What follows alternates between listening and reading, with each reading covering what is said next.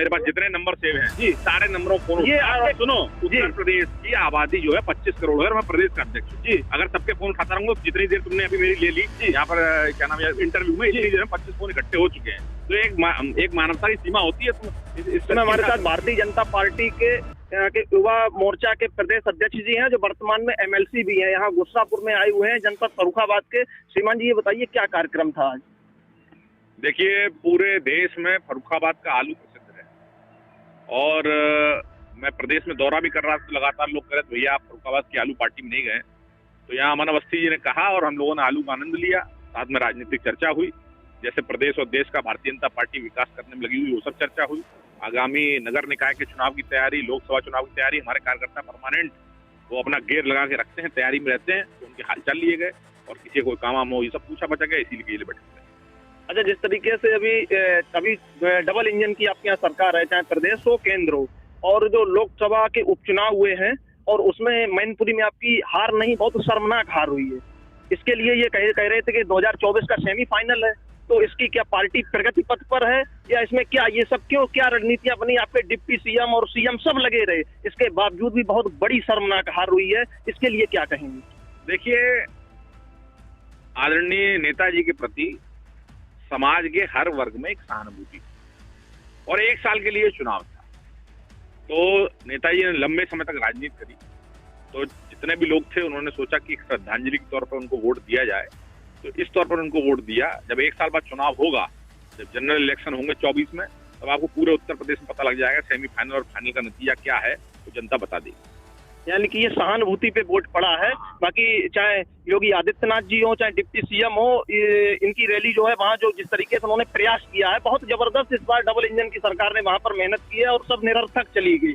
उसके बाद में एक दूसरा सवाल है, चाहे आपका 2014 का लोकसभा का चुनाव हो, 2019 का लोकसभा का चुनाव हो, प्रधानमंत्री मोदी जी ने कहा था कि हमारी जो माताएं बहनें हैं चूल्हा फूंकती हैं घरों में, और उनको हम उज्ज्वला योजना के तहत, जो 1 मई 2016 को उज्ज्वला योजना शुरू की गई थी, और उसमें जो है कहा था हम सिलेंडर फ्री में देंगे। आज की स्थिति ये है, महंगाई वो चरम सीमा पर है, 1200 रुपए का सिलेंडर आ रहा है, और एक आम आदमी, जो उज्ज्वला योजना का लाभ गरीबों को दिया गया था, गरीब आदमी एक दिन में 300 रुपए पैदा करता है, कैसे 1200 रुपए जो है वो वहन कर पाएगा और सिलेंडर भरवा पाएगा? लोगों के घर में खाली सिलेंडर है। और दूसरी बड़ी बात जो है कि सब्सिडी का एक सरकार ने एक लॉलीपॉप दिया था कि सब्सिडी भी आएगी, किसके खाते में सब्सिडी गई है? पूरा देश देख रहा है इस समय, आपको बताइए। देखिए, ऐसा लगता है, मुझे लग रहा है कि आपकी जानकारी अधूरी है जी। पूरी दुनिया में जिस प्रकार महंगाई और मंदी चरम पे है, उसकी तुलना में भारत की स्थितियां बहुत अच्छी हैं। आप उठाकर देख लीजिए, रूस यूक्रेन का जो युद्ध चल रहा है, पूरी दुनिया में मंदी छाई हुई है और भारत इन परिस्थितियों से फिर भी किसी न किसी प्रकार संघर्ष कर रहा है। यहाँ के जो प्रधानमंत्री अच्छी तरह काम कर रहे हैं, हम लोग फिर भी चैन में हैं। रही बात सब्सिडी की और इसकी, हम लोगों ने चुनाव में कहा था 2 सिलेंडर जो मुफ्त देंगे, आप किसी भी पूछो सबको सिलेंडर कहीं ना कहीं मुफ्त मिले होंगे। आने वाले समय में और राहत देने का प्रयास नई नीतियों का हम लोग लेके आएंगे और जनता को राहत मिलेगी। नहीं, जैसे एक मिनट सर समय दे दीजिए। जैसे कि लगातार जो है आपके चाहे एलपीजी हो, इसमें घटतौली नहीं हो रही, लगातार उत्तर दे दिया, तुम आधा घंटा बहस करो। नहीं, बहस बात में एक पुल बन रहा है, ओवरब्रिज, और ये आप यहाँ के एमएलसी भी हैं, ये कहीं न कहीं जनता की आवाज है, जो मैं आपको बता रहा हूँ। जनता की आवाज ये, यहाँ पर जो पुल बन रहा है वहाँ कोई सर्विस रोड नहीं दिया गया है, और वहाँ इंटर कॉलेज भी बराबर में बना हुआ है, और अभी बीते महीने में एक बच्चा भी कटकर मौत हो गई उसकी, क्योंकि रेलवे ट्रैक से होते हुए इंटर कॉलेज पे बच्चे पढ़ने जाते हैं, और तकरीबन 3-4 साल से वहाँ काम चल रहा है। रूट पूरा डाइवर्ट है, छोटे वाहन भी जो है ना, अगर रात में कोई आदमी बीमार पड़ जाए या कोई घटना हो जाए तो आदमी 15 किलोमीटर का फेर खा के जाता है। कहीं स्कूली बच्चों के लिए एक सर्विस रोड होना चाहिए था। इस संबंध में जल्दी से ये ओवरब्रिज का काम पूरा हो, इस संबंध में सभी अधिकारियों से मैं बात करूँ। एक आपके कार्यकर्ताओं की आवाज है सर, 1 मिनट। मैं अपनी तरफ से नहीं बता रहा हूँ, आपके कार्यकर्ताओं की बात को मैं आपके पास लेके जा रहा हूँ। ये आवाज आई है कि कहीं न कहीं यहाँ के जो आप युवा मोर्चा के अध्यक्ष हैं, बहुत युवाओं को उम्मीद थी आपसे कि जिस तरीके से पता चलता है कि आपका फोन तक नहीं उठता है,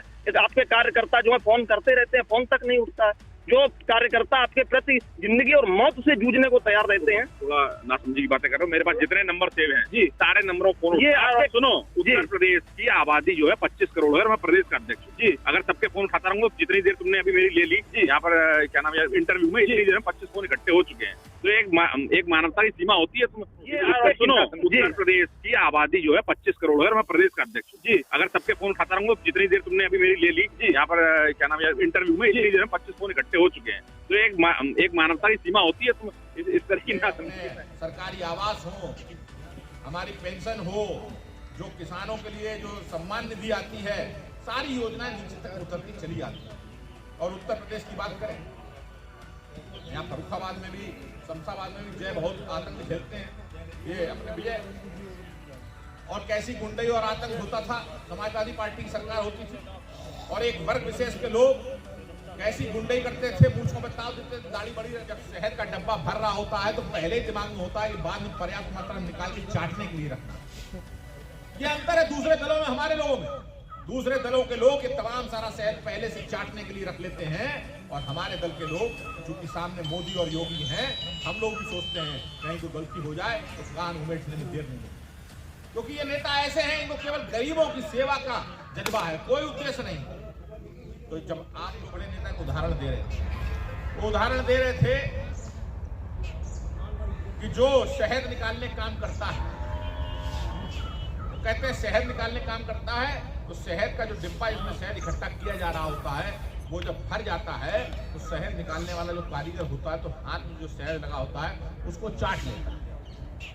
तो कह रहे हैं वैसे चाटना तो नहीं चाहिए, लेकिन चाट लेता है तो बहुत बुरी बात है। जगह पर हम खड़े हुए हैं, ये उत्तर प्रदेश का जनपद फर्रुखाबाद है, और जहां पर हम ये खड़े हुए हैं शमशाबाद ब्लॉक की ये ग्राम पंचायत गुसरापुर है, जहां यहाँ पार्टी के कर्मचारी जो कार्यकर्ता हैं उनसे भेंट का ये कार्यक्रम था, जहां प्रांशु दत्त द्विवेदी जी जो है भेंट वार्ता के लिए आए थे, और हमने उनसे मुलाकात की और उनसे जो जनता के सवाल हैं और जो जनता की जो हकीकतें हैं उनको मैंने जो है उनसे जानने का प्रयास किया और उनसे सवाल किया। बाकी सब आपके सामने सवाल थे, आप समझ सकते हैं क्या स्थिति है, क्या मंथन हुआ, क्या चर्चाएं हुई। तब तक के लिए नमस्कार, जय हिंद।